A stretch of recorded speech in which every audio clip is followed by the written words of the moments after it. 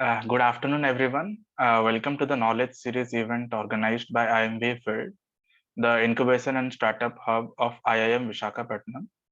So, after starting operations in 2018, IMV Field is now one of the fastest growing incubators in India. We are located in Visakhapatnam, a smart city, an aspirational district, an industrial hub, and a proposed executive capital of the state of Andhra Pradesh. So IMB Field would like to build the incubation center by leveraging the strengths of this region.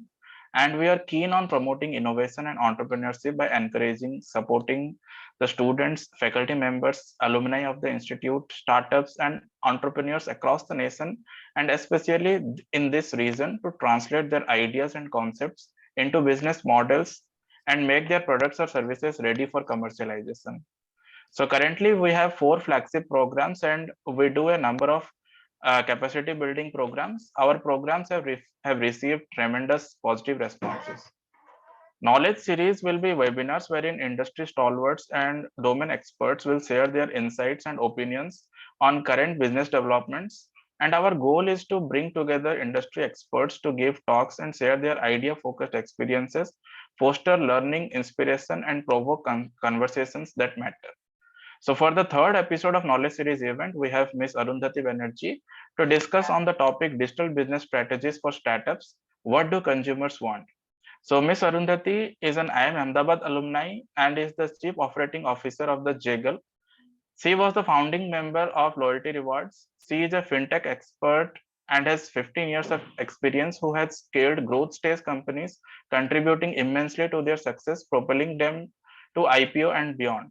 Her expertise lies in business strategy, product development, strategic partnerships, P&L delivery, etc.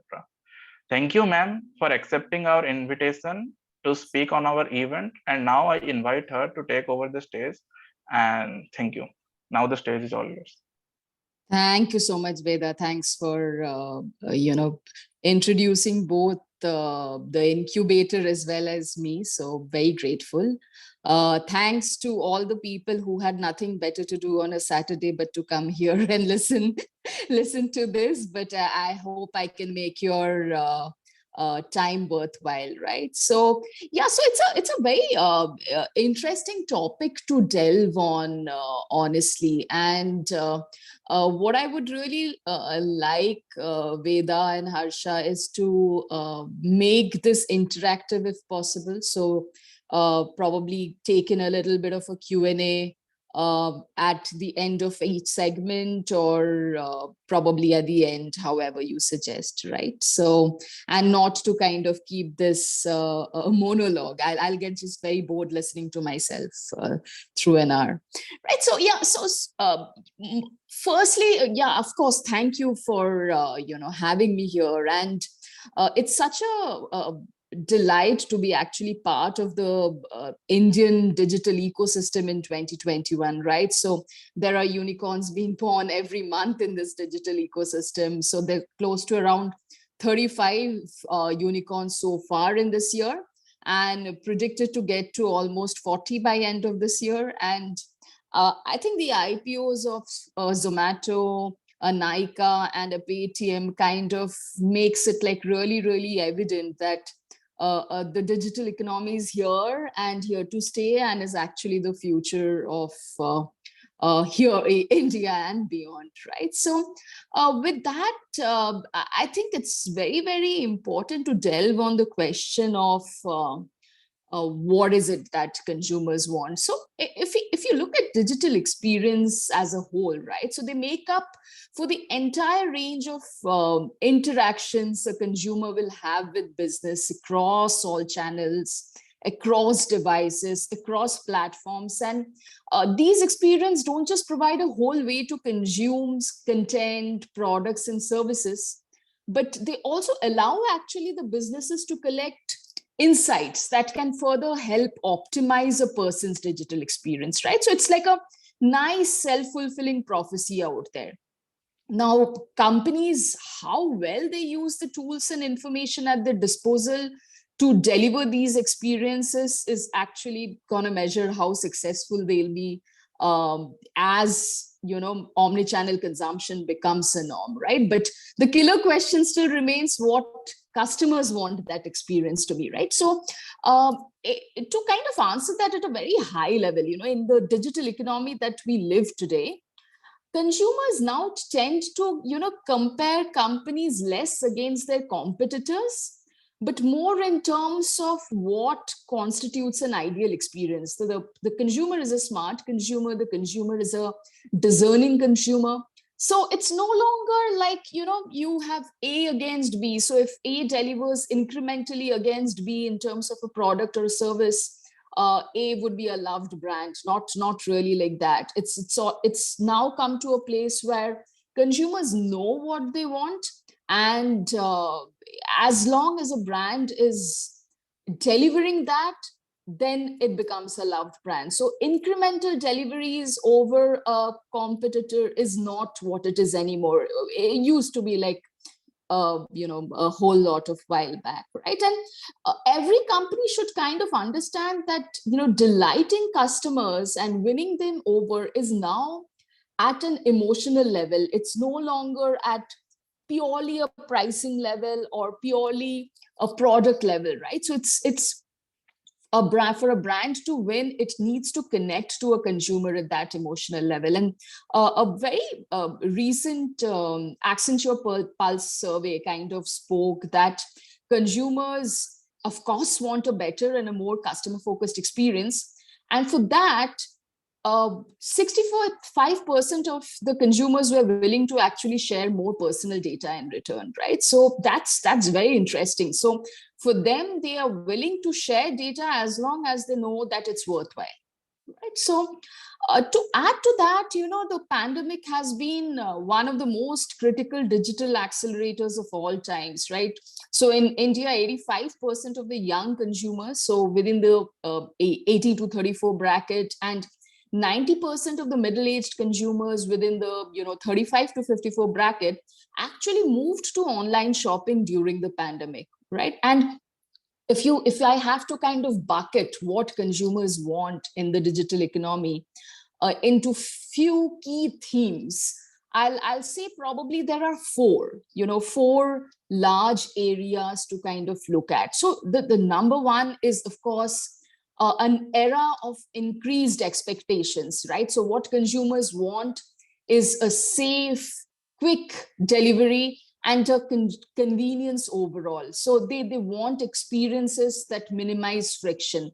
And the entire aspect of consumer loyalty completely depends on digital experience that they have, right? And if you move to the millennials and the Gen Z, this also means that they want a very consistent experience across devices. So for example, if they are, for them to be able to start one session on a single device and finish it on another when using an application, right? So I think that's very important. And for example, for a person listening to a podcast, it's important that Spotify opens up the same podcast on their laptop that they were listening to during their morning jog, right? And for businesses, this essentially means to be able to save user sessions across multiple devices, if this segment is the segment that they are gunning for. So these kinds of nuanced digital experiences spells the difference between retaining or losing that customer, right? So that's the number one theme, which is the increased expectation, right? The large second theme that I would like to bring to table is this entire couch-based content consumption, right? So I think we all know that India is currently the world's fastest growing OTT market. And the reason for that is content, right? So content is the number one factor leading to this service uptake.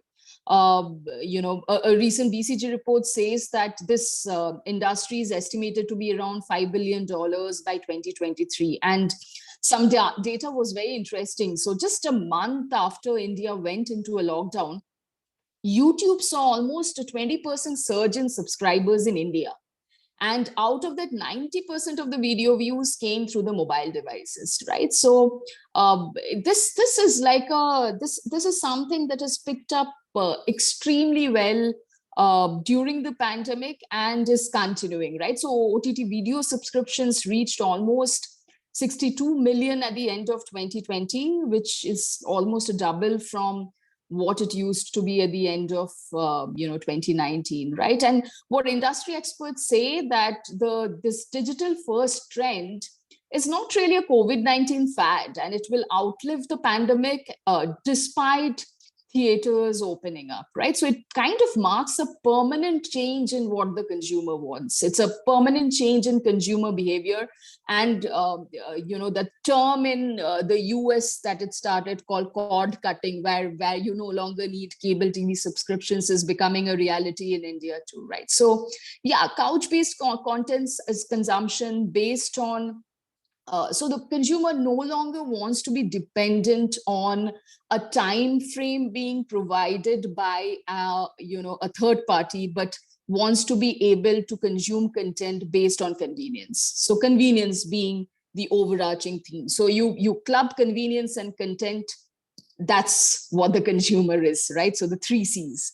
The third large theme is that the consumer wants to feel special. So this is the era of hyper personalization, if I have to say, right? So personalized, immersive customer experience is what a customer craves, and they don't really want to feel like a number, right? That they're a spoke in a brand's wheel and not really recognized as an individual, right? So, and a recent research says that 80% of consumers are actually willing to pay a premium for this personalization, right?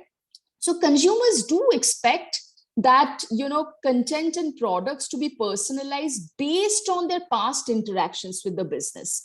They also expect that a company's marketing materials, such as emails, ads, whatever, it has to be customized to them, right? So and for that, consumers are fine sharing some personal data with brands as long as they're getting that customization in return, and they're willing to give business the information needed to get started with personalizing their digital experiences. So they are willing to share as long as it's worthwhile. So that's the most important piece, right? And in terms of personalization, I think we'll see 3 major shifts by 2024. So number one being that physical spaces will get digitized, right? So brands will start utilizing digital assets like apps to trigger relevant offers when a customer is near a store or inside a store, right? So phygital is a term that is going around at the moment. The second large piece that will happen is empathy at scale. So, machine learning will read and react to emotional cues of customers. So, for example, Amazon's Echo device, it can detect when someone is ill, just by recognizing their altered nasal tones, right? So that's becoming a reality. And third is that brand will use ecosystems to enable seamless and integrated journeys across all touch points. So, right. So I think that kind of sums up what, the personalization theme is going to look like. And finally, I think that the large fourth theme is going to be the consumer's increased attention to health, right? So the pandemic kind of brought to table the importance of health, both physical and mental.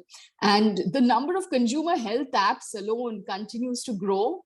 With more than around 90,000 apps released in 2020 alone, right? And home workout services have exploded in popularity during the pandemic. Say the bicycle workout company Peloton, right? So they're looking their profits to rise by 40% this year. And digital health solutions such as wearable devices, teleconsultations are literally proliferating across the corner.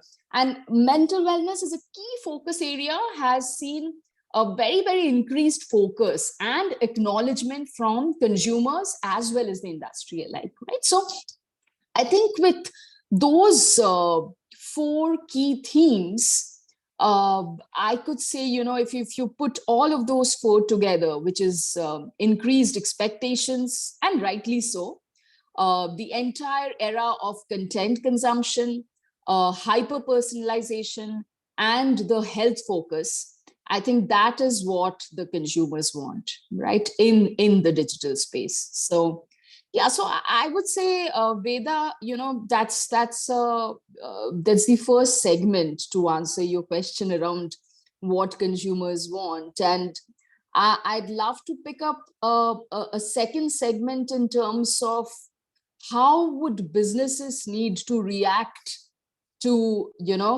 to what consumers want, right? So based on what I just said, I think it's important to also acknowledge how would businesses need to cater to these customers. So, but I would love to take, Q&As if there are any. So I see a few pop-ups, I'm not very sure. So let me know, Veda. Yes, actually, till now there are no questions, I guess. Super. So if anyone Perfect. has any question, then please do post it in the Q&A section. Otherwise, we can take all the questions in the end. Makes sense. Perfect. So then what I'll do is, I'll probably progress on to the next segment, which is, what do businesses need to do in terms of, I see a question saying, what do startups need to do to cater to this, right? So Yes. I'll kind of try and answer to what I just spoke in terms. So see, naturally what businesses need to do is to cater to what consumers want. So it's kind of goes hand in hand, right? So clearly, if I have to put it at a very high level again, businesses have to create digital experiences that meets the customer's expectations. But saying that put the customer's experience at the center of everything may seem very, very obvious, but in reality, I think this requires a very, very strategic approach to ensure strong, consistent execution,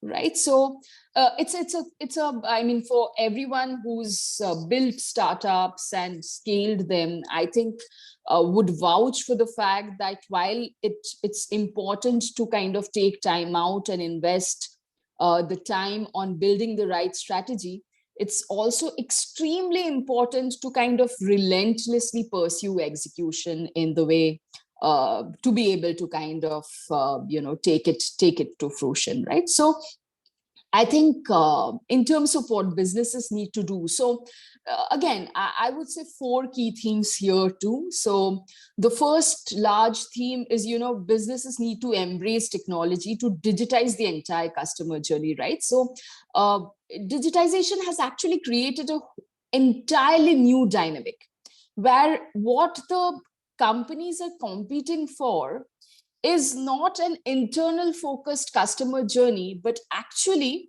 a customer's best experience ever, right? So whoever creates the customer's best experience ever is who wins, right? So it's no longer about, and companies need to kind of examine every touch point with the customers and see what has the potential to spell the difference between a good experience and a great experience, right? So I think that's the very, very key. So it's no longer about creating those incremental experiences key.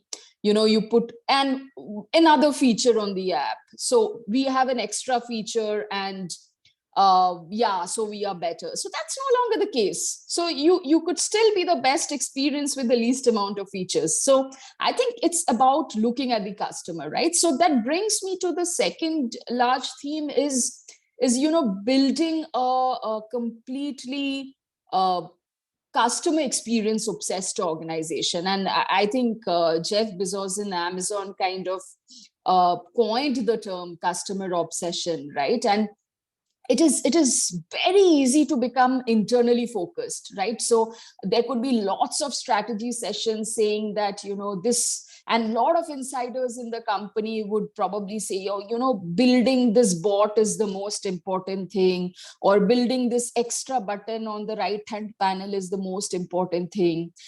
But for a user, it might not be, solving any problem at all, right? So it for the user, it might just be a clutter, and the company might have spent hours and hours to decide whether blue is the right color or red is the right color, right? It might make no sense to the user at all. So I think it's important to be able to empathize with the customer and look at, so it's basically, in the earlier times, what used to happen was technology used to decide what the product would be like and then what the customer experience would be like.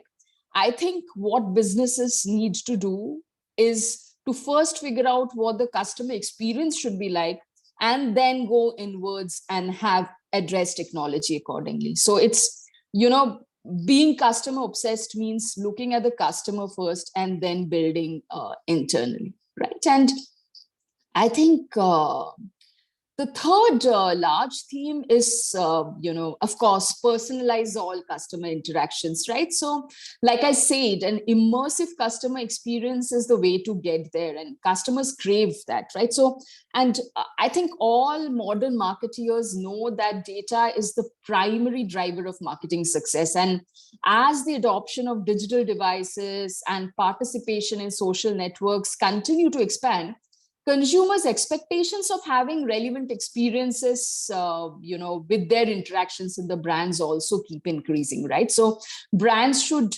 focus on those marketing strategies driven by data, analytics, and AI to gain insights and capture audiences in real time, right? So hyper personalization is actually pushing the industry beyond a basic consumer segmentation. So a case in point, I don't know how many of you have seen this recent Cadbury ad that went viral, right? So which leveraged AI for a festival campaign, and it created like hyper personalized ads that promoted the local retailers to consumers in geo-targeted areas, right? So if you are living in an area, it will promote to you the local kirana shop, the local sweet shop per se. And it's an amazing technology driven, marketing campaign. If you haven't still watched it, please go back and watch it. And that is what businesses need to do, right? So, and fourth large theme is, having a seamless experience across all channels, right? So regardless of the channel a customer uses to reach out to the company, it must be an easy and seamless experience. So, companies must recognize that a poor interaction on any channel could be a costly mistake, and they should take a very holistic view of the experience. So, meaning for a customer, the journey might start with the mobile, but it doesn't necessarily need, end there. So the call centers, the brick and mortar presences are all part of the mix, and brands have to actually strengthen their overall omni-channel strategies, right? Create, of course, a mobile first experience to sustain in the long run, right? So I think those four key themes, Veda, are the ways, businesses can cater to what customers want. I'll take a quick pause here to answer if there's anything that's come up. Yeah, so that is an interesting question from Senthil Velkumar. So he's asking, digital marketing served as a differentiation when not many marketeers used this before. But post-pandemic, when many marketers keep joining this bandwagon, how can a startup create a differentiation for itself using digital platform, which is no longer unique? Please throw light on this. Perfect. So thanks for the question. Who did this come from? Senthil, you mentioned. Yeah. Perfect. Thanks for the question, Senthil. So I think you were just bang on, so there are, if you look at it, might be a couple of decades earlier.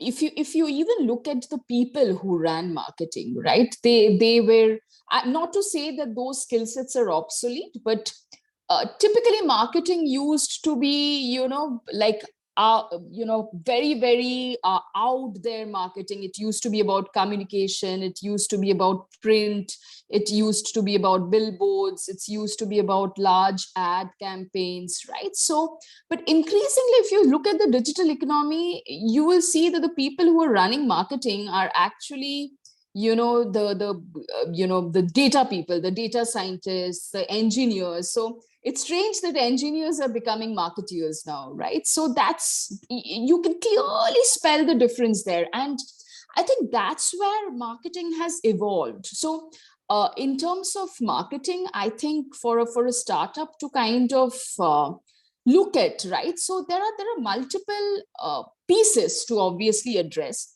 But I would say the two largest things to look at are content and channel, right? So, and to be able to do the right content, all the things that I said earlier, looking at data in the right way, building the necessary, data repository, data warehousing, data intelligence, data analytics it actually becomes the strength to be able to kind of market. So there was a time when marketing used to run on gut. Like, I think this this particular slogan will work very well, right? But today you have A/B testing, you have multivariate testing to actually show in terms of numbers what will work well and what not. So yeah, so I think in terms of marketing within the digital era,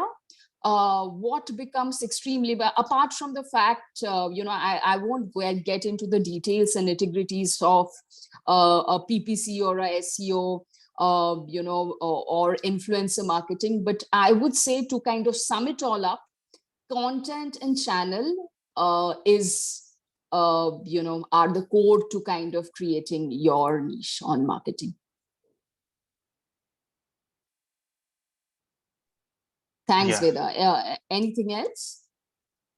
Yeah, there is one more question from Gopi Krishna. So he's asking, startups may not have big marketing teams and founders sort of drive all of sales and marketing. So one we do is to find out or shortlist which of large bunch of social media or platforms to engage. So while understanding one strategy doesn't fit all, can you highlight the thought processes or frameworks to reach to potential customers in case we are working on theme around talented teachers at grassroots level, a different from student centric approach? Right. So Gopi, you mentioned, right? Yes, yes. So yeah, I think it's a very, very specific question for a very specific business case. So my question would be, is this a B2C business or a B2B business that you're talking about? Because the marketing strategies are completely different in the two cases. Would Gopi be able to answer that? It's a B2C business. Okay, I understand. So I think for Gopi, it's I understand that probably the startup is at a stage where it is wouldn't have the larger marketing budgets that a larger B2C org would have. But I think it's important to probably to first start off with a little bit of a consumer research before you start investing money into marketing. So especially for your target segment, I think it's very important to kind of get into a research mode, to kind of understand what is the consumption by this target segment. So what are the kind of digital media they consume, at what times of the day, what channels per se. And based on that, it's important to invest your monies, right? So for any kind of B2C approach, I think the first step is to understand where your consumer is and what do they consume, right? So what is the kind of content they consume? What is it that they actually like reading? What time? So all of those parameters. And that's actually a very cost effective way to design your marketing strategy. So especially for a startup, I think it's important to carefully formulate what the marketing budgets would need to be, and for that consumer research becomes very important. So once you have those inputs, then move into the framework of what content and what channel, right? So it all boils down to content and channel, right? And then of course, a larger umbrella on content is your communication strategies per se. So but to be able, for a startup, it's very important to kind of get who the consumer is. So build some consumer persona, build the brand persona, and then accordingly map the two.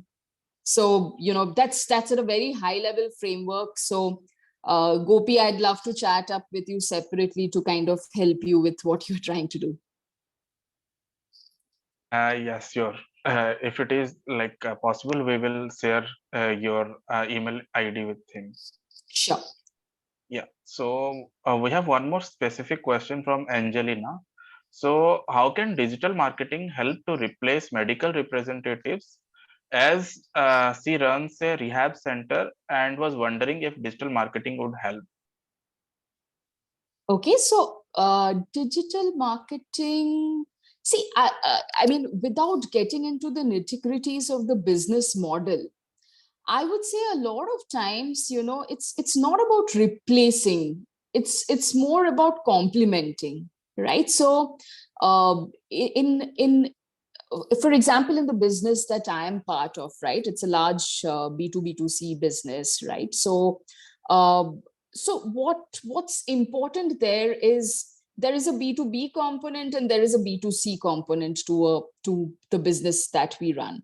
So it's not really saying that digital marketing will now replace field sales. That won't happen. But what's important is to see how the two complement each other, right? So what we do through digital marketing is, again, reach out to the right consumer at the right place at the right time, and that needs a lot of careful consumer research, and then design the relevant content and channel strategies for that. But that doesn't mean that we'll replace our field sales team, right? So I think it's unique to every business. And if I have to say at a very high level, B2C companies are more product and digital marketing driven, whereas B2B companies are more sales and product driven, right? So we'll have to see what the business model is and accordingly design the right approach. Yes, sure. I guess it helps, Angelina. So, ma'am, I think we can move on to the next segment and then we can take up more questions. Sure. Thanks so much, Veda. So I think the next segment is the one that's very close to my heart, which is about, about fintech, right? So about how the fintech ecosystem is shaping up. I'll speak a little bit about India, but I'll kind of keep it very broad in terms of what the key global themes would be in the next 5 to 10 years, right? So, and these are purely personal views. So, if one remembers, the global financial crisis of 2008-9 is where actually fintech emerged, right? So financial technology, or fintech as a term, is basically used to describe the fusion of finance and technology. And it's kind of emerged as a very new model for financial innovation, right? So fintech covers a plethora of complementary technologies, including mobile networks, big data, cloud computing, DLT, AI, data analytics, just too many. And that jointly shape a very broad spectrum of operations in the financial industry, right? So, and the past few years have witnessed a very rapid growth in fintech, and it's across a wide array of financial services that includes microfinance, payments, personal finance, digital banking, insurance, wealth management, money transfers.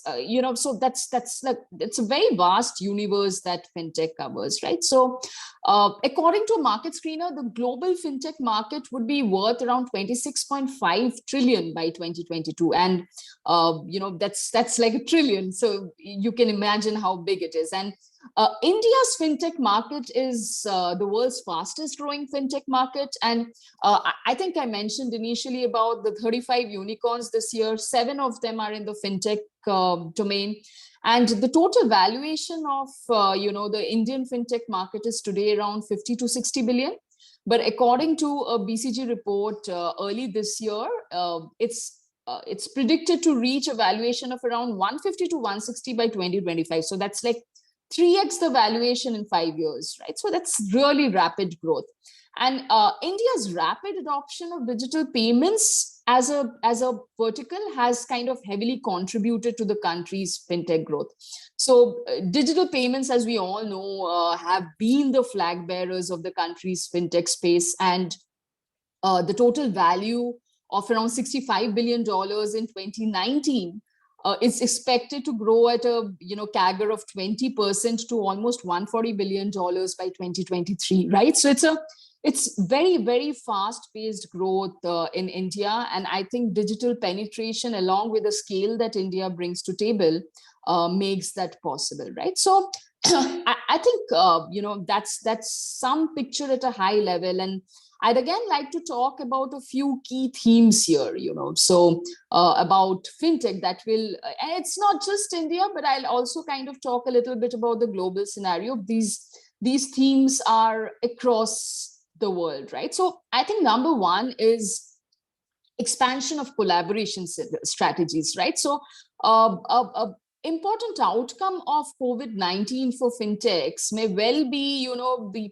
acceleration of partnerships with financial institutions. So fintechs that have developed cutting edge technology for products, they might be attractive acquisition targets or partnership opportunities for incumbent banks needing to innovate quickly, but lacking the resources to do so organically, right? So even before COVID, we saw an increase in corporate venture arms of the large banks actively trying to buy up promising fintechs. So as we emerge from the pandemic and beyond, we will see this accelerating. And the incumbent giants are likely to acknowledge that they need a greater degree of scaled collaboration with fintech players to bring more digitized service to their customers, right? So, and fintechs may also continue to look for partnership opportunities with other fintechs, big techs, and even non-financial services firms, right? So this partnership trend, including white labeled fintech solutions, is expected to accelerate, right? And I think a growth in open banking, a growth in banking as a service regulations would play a very, very important role here. So I think that's one of the large themes.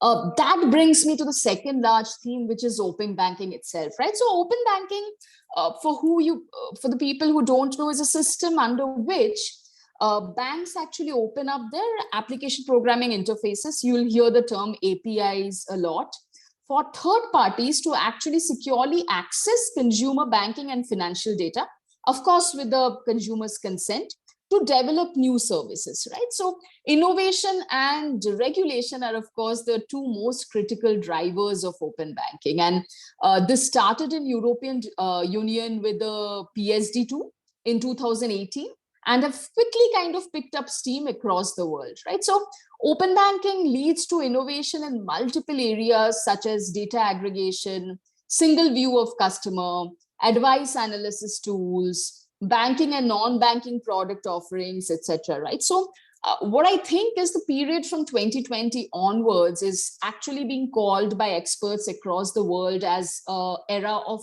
openness in fintech, where data aggregators will keep continuing becoming more powerful. So if you followed Mastercard's announcement in June last year, in terms of buying the data aggregator Finicity for nearly $1 billion.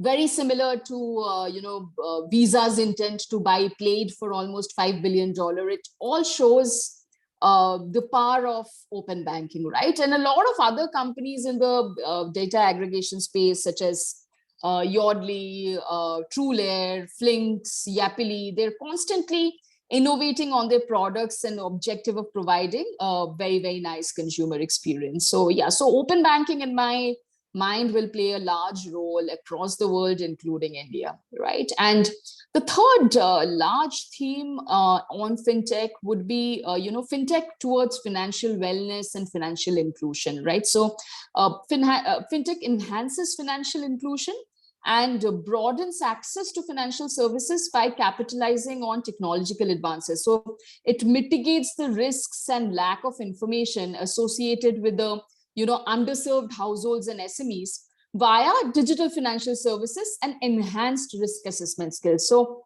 according to a recent study, digital financial solutions can address almost about 40% of the unmet demands for payment services and 20% of credit requirements of poor households and small businesses in Asia, right? So fintech's role as a driver of financial inclusion becomes especially pronounced in emerging markets, right? The role of fintech in improving financial inclusion comes to the fore during the large economic shocks, like, say, for example, the pandemic. In developing countries like Asia, fintech companies are coming up with these innovative solutions to fund SMEs struggling to stay afloat during these kinds of economic shock events. They're providing new turnkey loan origination underwriting platforms to allow banks and lenders to provide financing for small businesses, right? So another attractive segment for fintechs is the gig economy workers. And that's almost like more than 50 million in the United States alone.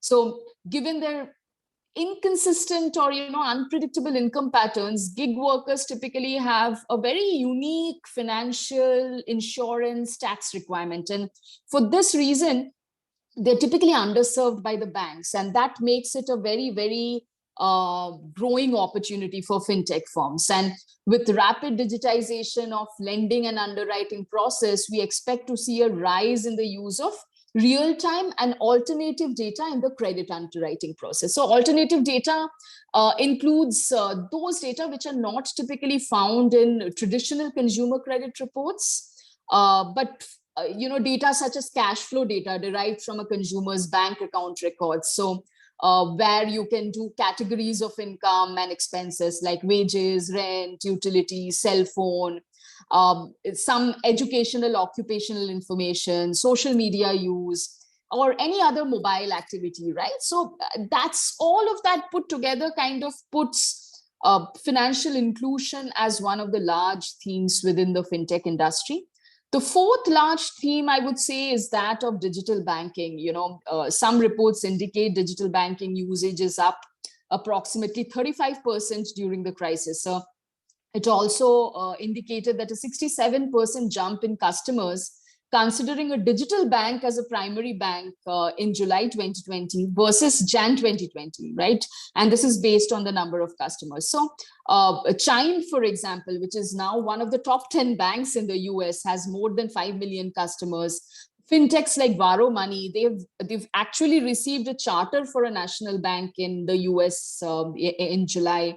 And traditional banks have historically opposed such charters, which means that digital banking slowly and steadily will become the new norm, right? So developed geographies have already seen the trend, and we are already seeing that trend in the emerging geographies too, right? So, and the last theme that I would like to highlight is, fintech innovation towards fraud prevention, right? So, given the the booming digital payments induced by the pandemic, there's also an increase in fraud, particularly synthetic identity fraud, right? So, fraud and cybersecurity incidents such as fraudsters seek to exploit the lockdown, meaning that new tech solutions in this space of fraud prevention will thrive. So security of personal and confidential commercial data will be very, very vital, and fintechs will continue to grapple with the conflicting interests of increased innovation on one side and data security on the other. And those who are able to do both are the ones who will win in the long run, right? So I think those are, my top 5 themes around how fintech will shape up in India and beyond, right? So just to recapture, number 1 being collaboration strategies, number 2 being open banking, growth around that, number 3 being financial inclusion, number 4 being digital banking, and 5 being fintech innovation and fraud prevention, right? So that's a very holistic roundup around how fintech ecosystem is shaping up. And I see we are very close to 4 p.m, so would love to take questions, Veda.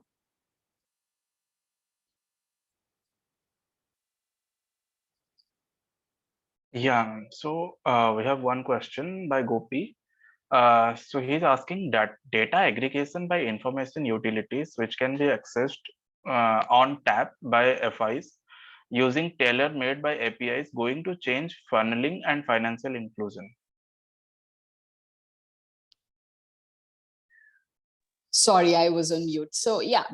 Basically, so at a very high level, what data aggregation allows is, it allows, for example, a third party to kind of open up a lot of or to create a new service altogether for consumers in the long run. So for example, if you have multiple bank accounts and multiple financial accounts per se, data aggregation, through open banking, it's now possible to kind of show the customer a single view of the consumer. There are of course multiple use cases around open banking, but this is one area that has seen a lot of use cases in the developed geographies, and definitely seeing in India at the moment.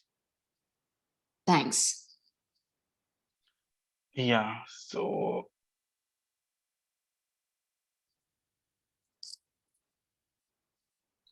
there is one more question beforehand. So Trinath is asking, how can we attract investors for startup if we have the MVP ready? Because of pandemic situation, our startup is struggling a lot after my product is ready. Beautiful question. So attracting investors is what everybody does. So who's this? Sorry. Trinath. Okay, this is a very I would say a very generic question, and trying to get funding from investors is a very rigorous journey, right? I mean, there's no real formula to it, but of course, I think the starting point is, of course, to have the MVP ready to get the initial customer traction, right, and have some learnings out of it, and then necessarily go for the pre-seed or the seed, right? So that's the journey. But I think what I'll say is probably a very generic comment. The startup journey is very hard. It's not a bed of roses by any means, and raising capital is one of the toughest phases along that journey, right? So what I would say is stay at it, network widely, write cold emails, make cold pitches, but even the topmost founders across the world, they'll tell you that if you reach out to 100 investors, probably one would respond. So I think that's the amount of effort it takes to build a startup. So, but from a product side of it, you've already got what it takes. So if you have the MVP ready, get customers onto it, see how customers interact with your product or service, and then showcase it to the investors, right? Thank you. Yeah, absolutely. So we have one more question from Paul Me. So he's asking, he helps handicraft and handloom artisans of Assam promote and sell their products. So he is looking at venturing into B2B market and would like to know if digital marketing helps in reaching out to the target customers, and if so, which platform would be the best one? So who is the target customer? So he's saying that a B2B.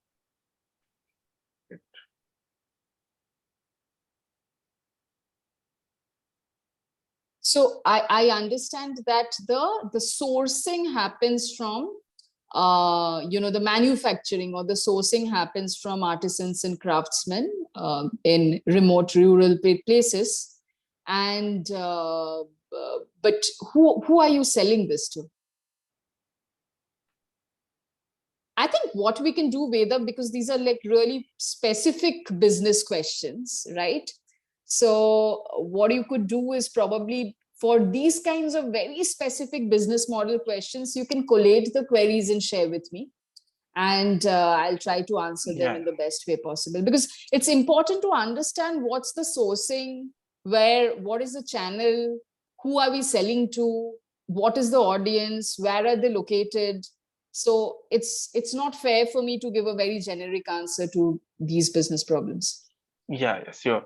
So one more generic question related to this is, Karthik is asking, is digital marketing suited for B2C companies only, or how can B2B company market their products digitally?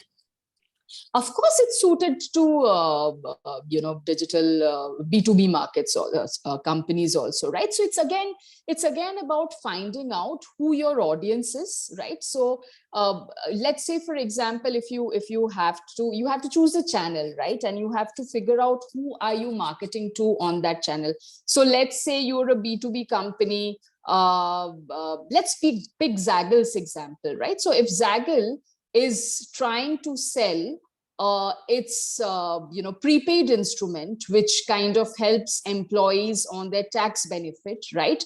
And also couple it with an expense management solution. It's actually trying to reach out to an enterprise or a mid-sized corporate who will consume it. So it's absolutely possible to reach out to that audience through digital marketing. So if we have to identify who are we selling to.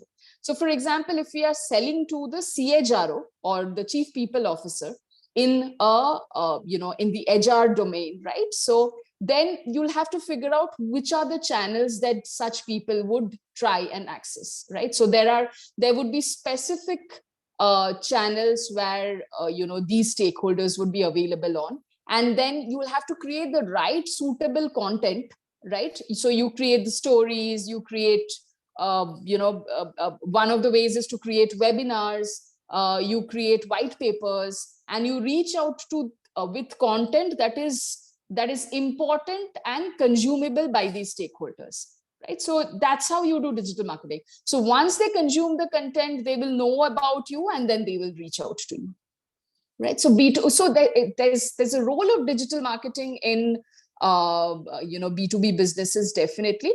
But the reason I mentioned earlier that B2C business is completely digital marketing led, it's because it's all about end consumer acquisition, and it's all about funnel optimization and cost of customer acquisition optimization. So that's a very different ball game from a B2B digital marketing. B2B digital marketing is a lot about content and being where your relevant audience is available. Yeah, sure. So apart from it, we have some specific questions, I guess. Sure. Now, so what we'll do, Veda, is specific business questions. If you can share with me a note about what the business is, so for me it's important to understand what the business is, as to what's the product, where's the manufacturing happening, who are the consumers, what's the model, and then put in what the business problem is. I would be able to come back with a much more suitable and consumable answer. Yes, sure. So with your permission, can we share your email ID so that they can ask some queries if they have? So one of the option is that, the other is it would be great, Veda, if you can kind of put Okay. together everything, so and then share it with back with Harmeet and me, and we'll get that addressed. Yes, sure. I'll compile those questions and I'll forward it to you. Would be And great. yeah. So one more request, like, can we like put this recording in our YouTube channel that we have from IMV Field? Yeah, I think that should be okay. Harmeet, is that okay? Harmeet is from Zaggle, and Yeah, sure, Abhi. would that be Yeah, okay? yes, Okay, sure. perfect. Yes, sure. Thank you. So thank you so much, ma'am, for taking out time and giving us an insightful session and answering to the questions of our entrepreneurs. So coming to the learnings that we have in this session so far. So what the consumers want includes like increasing expectations in digital experience, consistent experiences across multiple devices, personalized immersive experiences, and willing to pay for premium and personalized experiences, increased attention to health, both physical and mental wellness. And what do businesses need to do is to give best experiences across all touch points, not required to have maximum features, but emphasize with customers, look at the customer pain points and build the technology. And the areas to look at in the fintech in future is collaborating with tech companies, open banking, financial inclusion, digital banking, and strategies for fraud prevention is what we have learned in this session. So thank you so much for Thanks giving for us summarizing that, Veda. Thank you. okay. Thank you, ma'am. Thank you. Thank you Have a all great the rest of the Saturday, and thanks for all the people who patiently listened. yeah. Thank you. Thank you. Thanks. Thank you very much, madam. Thanks a lot. Yeah, thank you, ma'am. Thank you all. Thank you, everyone.